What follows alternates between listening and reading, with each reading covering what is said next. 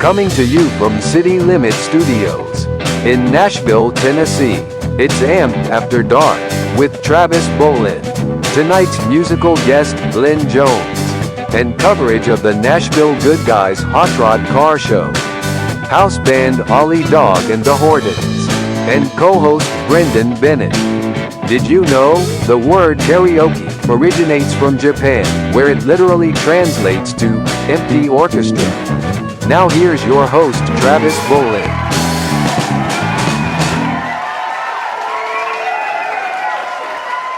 Woo! Welcome to Amped After Dark. We're happy you could join us. Hey, have you ever noticed that music streaming has given us all commitment issues? Seriously, we used to buy a whole record, listen to the whole record, read all the liner notes, memorize the lyrics, study the artwork and the photos just like it was fine art. Now today, we just skip on to the next one. We don't give many songs a chance, just like we don't give many people a chance. Plenty of songs through history have a slow build-up, like Fade to Black by Metallica, The Chain by Fleetwood Mac, and even Stairway to Heaven by Led Zeppelin. I recently saw a neuroscience study that said playing an instrument is the brain's equivalent to a full body workout. Playing simultaneously ignites the auditory, visual, and motor cortex with rapid processing of spatial, mathematic, linguistic, and emotional information. It doesn't matter if you're young or old, it's never too early or too late to play an instrument. It's clearly good for your mind, body, and soul. Hey, I've got two words for you. Nose whistle. If you haven't heard of it, the name really does all the work. It's also known as the nose flute. This instrument makes sounds by placing it over your nose and mouth, pushing air down with your nose, and making different shapes with your mouth to change the pitch. It actually goes way back to indigenous times, where it was often used in ceremonies for courtship, mourning, and even wartime. Now get comfortable and enjoy tonight's show. Ollie, cue the walk into my desk music.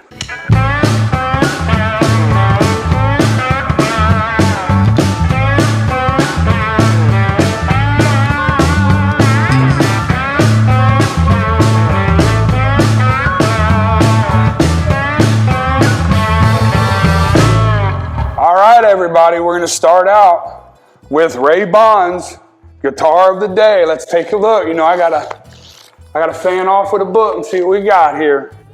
All right.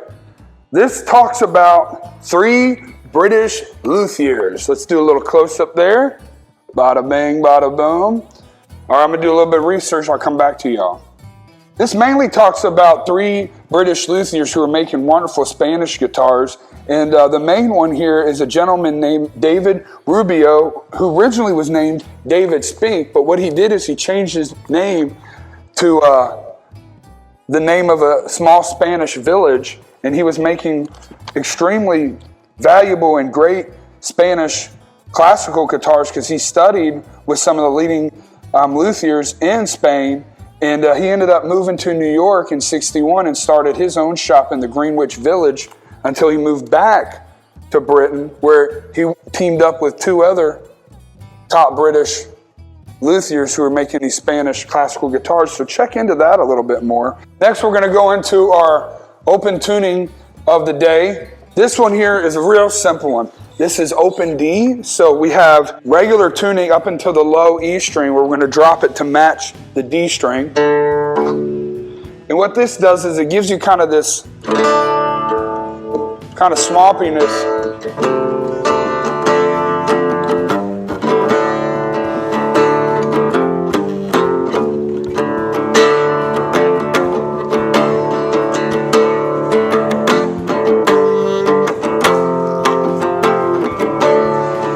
And you can bar with this the same as we've been talking about with some of our other tunings.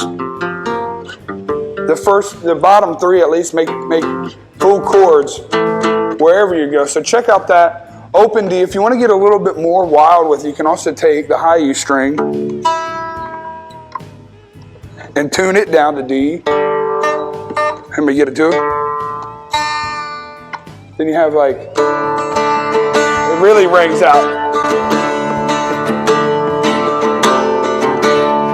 Open D, check it out, get inspired. The reason we talk about these open tunings is because sometimes when you're in a standard tuning, you can get a little bit, you can get bored with it. And a new tuning can ignite you and excite you to different melodies and different tunings that'll help you write new songs and play chords and different melodies that you normally wouldn't do in standard tuning. This next little bit is entitled Wigs on Things. I was recently at Five Below and I saw some blind bags that were called butts on things, which were butts on unusual items that don't have butts. So the first one that we have for you today is a banana with a wig. A beautiful pink wig with its googly eyes. Look at it, just looking so cute. This has to be my favorite one. This one here is an eggplant with a beautiful blonde wig and googly eyes. Wigs on things. Here's an eggplant. Check it out. And lastly, here's one to keep time and make sure you're not late, but a little personality. This is an alarm clock with a fun blue curly wig, as well as some googly eyes. That's going to do it for our little segment here called Wigs on Things. I'm not sure we're going to do this one again. This was a little bit strange, but we thought you'd get a little bit of a kick out of it. Now, let's move on to the rest of the show. We've got some coverage from the Good Guys Car Show. We get to look at some hot rods and some classic cars, but before that, we'll have our musical guest, Glen Jones. Take it away.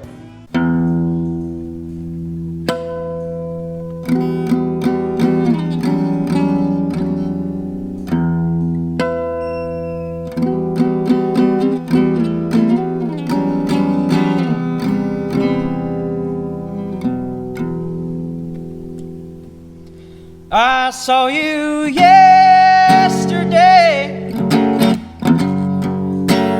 walking down the bay. It was unclear to me, it was just your memory.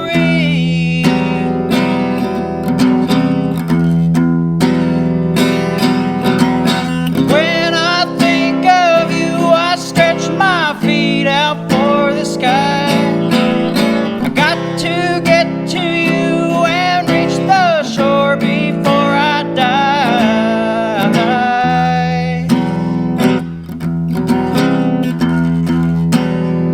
Well, I think I see your face,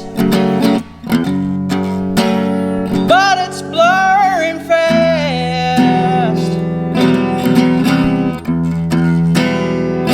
The color fades to black,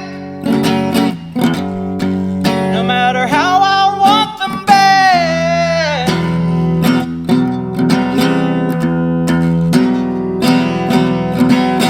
When I think of you, I stretch my feet out for the sky.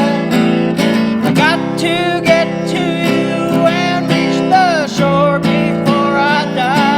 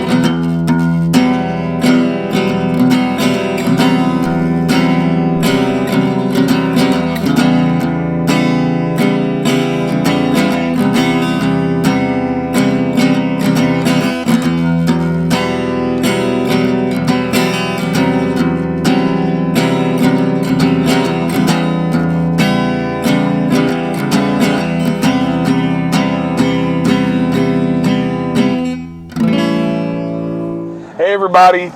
We're sitting here at one of the major fast food restaurants, and we're going to do a little skit called Drive-thru Serenade. And this is where myself and members from the staff are going to be singing our drive-thru order. So let's see how it goes. No, I will be not using my mobile app today. Could I get a number 1 medium with a Dr. Pepper, the number 5, snack wrap, ranch, 2 of them, medium, with a Coke, and that'll be it. All right, you can book for it. Thank you.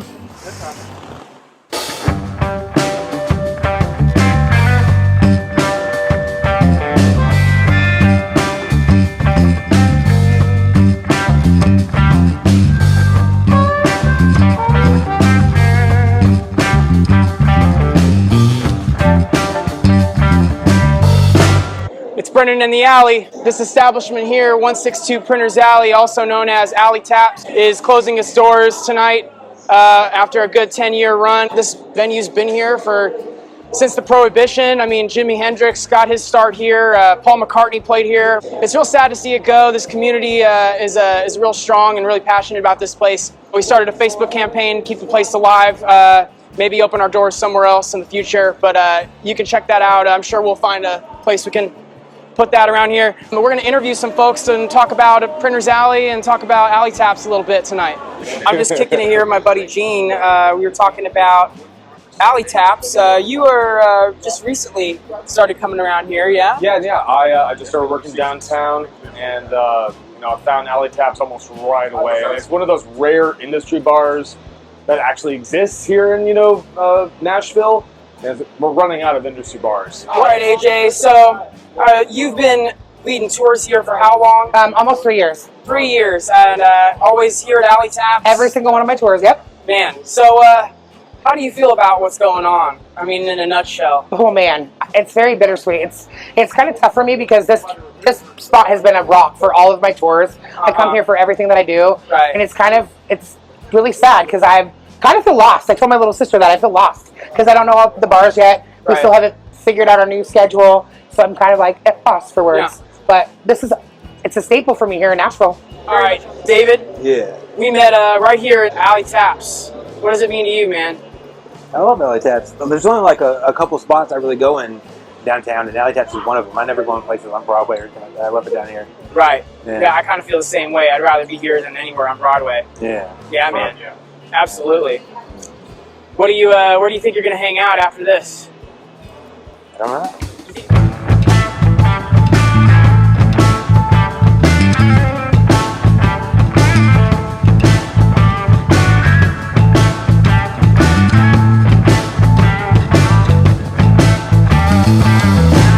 Everybody, welcome back to Amp After Dark. We just heard some music from Glen Jones a little bit ago. We're happy to have you here, brother. Thank you, man. I'm glad to be here. How's it been going? It's been going pretty good, man. Staying busy, raising a couple kids. Yeah. Living that life. I've been knowing Glenn for a few years now, and he's a remarkable musician and a good, humble soul. But sometimes I feel like I don't know as much about you as I would like to know about you. But what first got you into guitar? Was it somebody in your life, or you just picked it up on your own? Yeah, both my parents were musicians. My dad was a great banjo player and guitar player, bluegrass, and my mom played upright bass and a little bit of piano. So did you end up learning how to play the stand-up bass, the piano, and the banjo as well? A little bit. I tried a few instruments before I landed on guitar. Yeah. And I even tried violin once, and that didn't work. And where are you from originally? I'm from Vienna, Missouri. Okay. So how far is that? About 4 or 5 hours from here then? 6 or 7. Okay. Well, more than I thought. Well, I'm so glad to have you here. Glenn's got a history of being a great musician, a great father, and he's also got Lutheran background and carpentry skills. You actually you've built guitars, you've repaired guitars, but what did you build, a boat last year? What was it? Built a little sailboat. Yeah, and he had the progress on Facebook, so if you find Glenn on Facebook, you can check it out. I was pretty blown away by that. What a wild hair to get to make a project like that. And it all worked and everything. You took it out on a voyage and everything. I've been on like a 5-mile trip, man. That's cool, that's cool. And you're also working in fine crafting of furniture now, right? Which is more into woodworking. And back in the day, like if you think of Stradivarius and some of these instrument makers, I mean, they had a quality of furniture in their building, so That's really cool, that knowledge, you know. I mean, I was just so blown away by you building that sailboat. I just couldn't believe it. But in the last couple of years, you've been working on a new record with some of our friends, and I actually got to hear some of the stuff when you all were working on it. But tell us about that project and what's going on with that. Man, yeah, it was recorded right here in Nashville. It's going to be a whole record of original material written by me. I guess you could say produced, if you will. Yeah. But hopefully going to get it done this year sometime. Yeah, That's the goal, at least. And now you've went by a band name and Glen Jones. Is this going to be a Glen Jones record? Or is it going to be a Short Flight record? It's going to be a Glen Jones and the Short Flight record. Yeah, cool. I'm trying to merge the two. And yeah, that's a good way. I mean, you're Glen Jones, they're the band. That works out perfect. So do you have a website or Facebook or anything where people can keep up to date with you? Yeah, we got a website. It's shortflightband.com. Cool. All the socials, same thing. Excellent. One thing we didn't get to see that maybe in a future episode we'll bring you back for is Glen is a heck of a slide player. So maybe we'll bring him back one day to do some slide playing. So we appreciate you being here, man. Thank you, man. Thank you.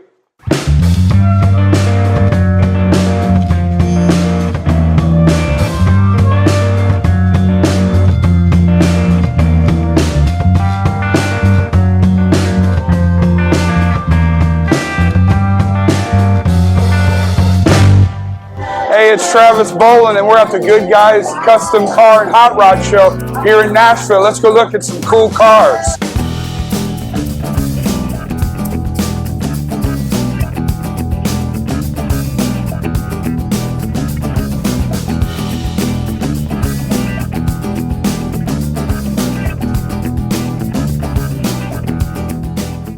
Hey, I'm Travis. Nice to meet you, buddy. How are you, brother? Good. Are you from around here? From Somerville, South Carolina. Okay, so is this what you drove up in to the show? Well, I have to admit, I did not drive it. I trailed it only because I'm trying to sell it. And so I wish I had the money for it right now, but I'm broke for that. I drive an old Chevy, but it ain't that old or that nice. So, yeah. So tell us about it. But I do drive. I've driven it plenty of places. I drove it from Somerville to Tampa to a show. Wow. And I drove it to Raleigh at one. Back in, not long, I bought it in 2019, started building on it, and I think I took it to the Good Guys Raleigh show in 20 or 21, I can't remember. I won Wicked Wagon. How was it when you first got it? You said 2018 you started working on it? 19, so I bought it, it was an original car. Yeah. It had the original 265 in it with the 3 on the tree. Oh, baby. Everything, it was original brakes and all.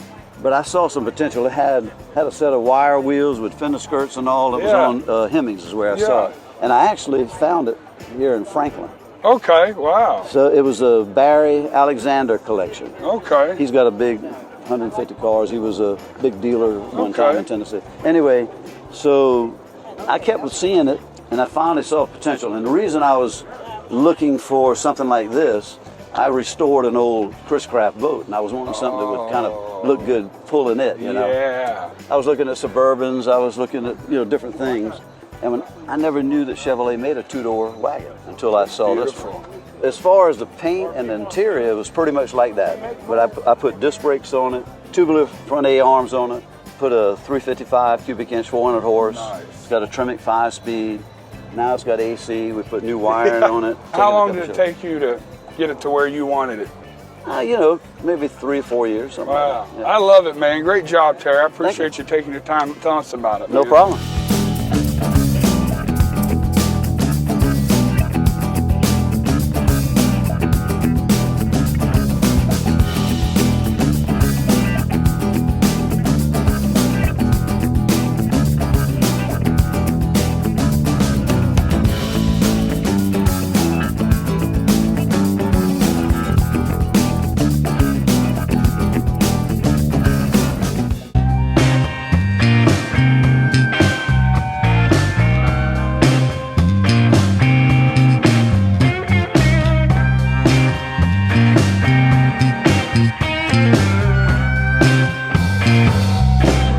Episode of Will It Slide, we're going to see if an egg will slide. Now this is an uncooked egg. See if we can get a little something going on here. Hey!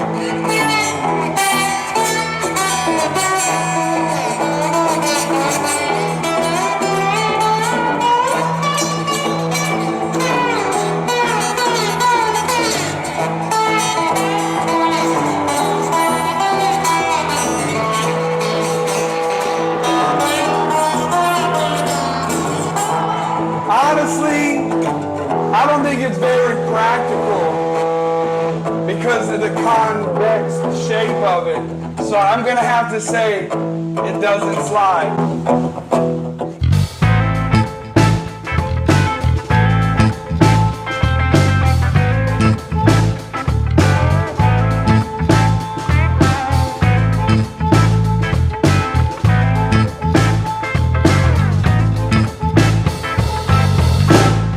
Is Brendan playing with a pick?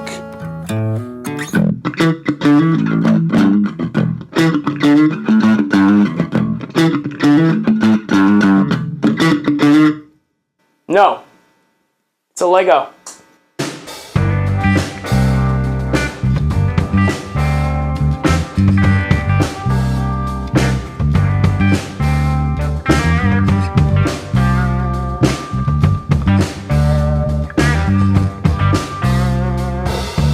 Oh, don't mind me. I'm just trying to commit to my albums. You know, stay present and wait for the payoff. Let the songs breathe. And if this doesn't work, there's always the nose whistle. So if you hear a little wheezing in the middle of the night, don't be alarmed. Don't call 911. It's just me committing and working on my mating call. Thank y'all so much for joining us. We'll see you next time.